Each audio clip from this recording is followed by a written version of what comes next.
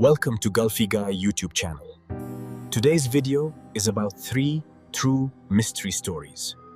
I am a 22-year-old woman, and about a month ago, I was searching on Craigslist for a couch for my new apartment.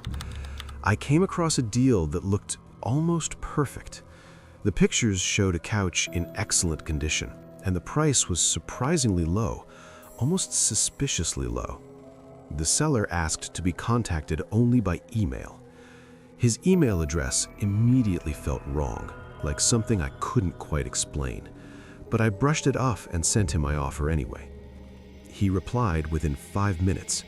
Not only did he accept the offer, but he immediately asked for my home address. That made my stomach drop. I didn't want a stranger knowing where I lived, so I suggested I come to his place instead. He pushed back hard. He insisted again and again that he needed to come to my apartment. The tone of his emails started to feel demanding, almost irritated. I stopped replying. The next day, he emailed me again, this time sending his address. I debated it for hours. The deal still felt too good to be true, but curiosity and money won out. His house wasn't far, so I told myself I'd just take a quick look and leave. When I arrived, the first thing I noticed was how small his house was compared to the others on the block. It looked darker somehow, even though it was daytime. When I rang the bell, a middle-aged man wearing a baseball cap answered. He smiled, but it didn't reach his eyes. There was a stale, musty smell coming inside the house. Before I could say much, he stepped aside and motioned for me to come in. The moment I crossed the threshold, I knew I had made a mistake. The house was quiet, too quiet. No TV, no radio, no background noise at all. He led me into the living room where the couch sat. Up close, it was nothing like the pictures. There were scuff marks, stains, and small tears in the fabric. When I pointed this out, he just stared at me for a second before smiling again and offering to lower the price. I told him I wasn't interested and turned toward the door. As I did, I realized he hadn't moved. The doorway suddenly felt much farther away than it should have. As I stepped past him, he reached out and placed his hand on my shoulder, firm, lingering. In a low voice, he said he would give me the couch for free if I was willing to give him something in return. The way he said it made my skin crawl. I pulled away, mumbled something I don't even remember, and rushed out of the house. I didn't look back until I was in my car with the doors locked. That night, while lying in bed watching TV, I heard heavy footsteps climbing my porch steps. I muted the television and listened. Someone was turning my front doorknob slowly, like they were testing it. My heart was pounding hard. I thought they might hear it. I crept to the door and looked through the peephole, but the porch was empty. A moment later, I heard footsteps again, this time at the back door. The handle rattled once, then twice. I shouted that the police were on their way. There was a pause, followed by the sound of hurried footsteps retreating and the backyard gate slamming shut. The police arrived but found nothing. No one, no footprints, no sign of forced entry. This happened a month ago, and nothing has happened since.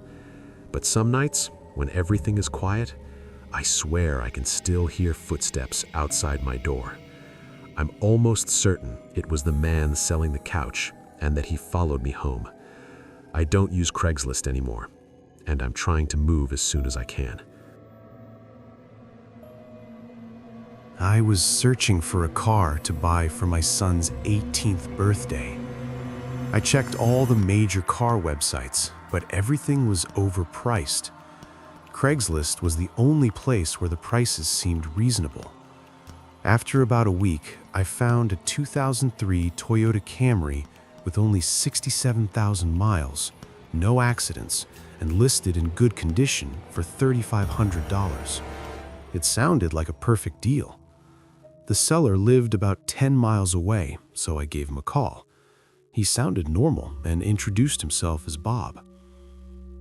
I brought $3,500 in cash and arrived at his property about 15 minutes early. The house was in a remote area. The garage door was open, but inside there were only piles of car parts. The Camry was nowhere to be seen. The only vehicle on the property was an old pickup truck. I went to the front door, but the doorbell button was missing.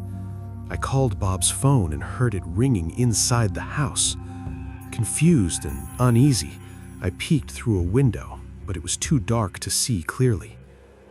Then, I noticed a figure standing at the back door staring outside.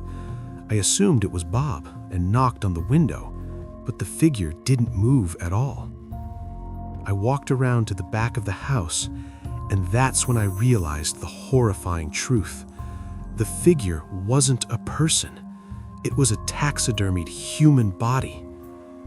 I ran back to my car as fast as I could. As I drove away, I glanced back one last time. The window blinds had shifted slightly, and I could tell someone inside the house was watching me. I drove home with my heart pounding. The missing car, the strange car parts, and that lifeless figure made one thing clear. The man was never planning to sell me anything. I truly believe I narrowly escaped becoming another victim. About a year ago, I was trying to buy an iPhone 5. I found a seller on Craigslist offering one for $200 in mint condition. Since I didn't know much about testing phones, I brought my younger brother with me. We met late at night in a Dunkin' Donuts parking lot. Two large, intimidating men stepped out of a black Honda Civic and walked toward us. One of them showed me the phone, and it looked flawless. My brother tested it with my SIM card and confirmed that everything worked. Suddenly, the seller asked for $250 instead of the $200 agreed on. I told him I only had $200, even though that wasn't true. I didn't want to pay more than we agreed on. He looked unhappy, but took the money and got back into the car with his friend. We sat in our car testing the phone for a few minutes. My brother noticed that the two men were still parked nearby. When we finally drove off, they followed us. Every turn we made, they stayed right on our tail. I started to panic and sped up, trying to lose them. At one intersection, the light had just turned red. I took a huge risk and drove through before cross traffic started. It worked. They didn't follow us after that. We made it home, shaken but relieved. Later that night, while setting up the phone, I heard two car doors slam outside. I looked out the window and felt my heart drop. The same black Honda Civic was parked across the street. I woke my dad immediately. He grabbed a baseball bat and stood behind the front door.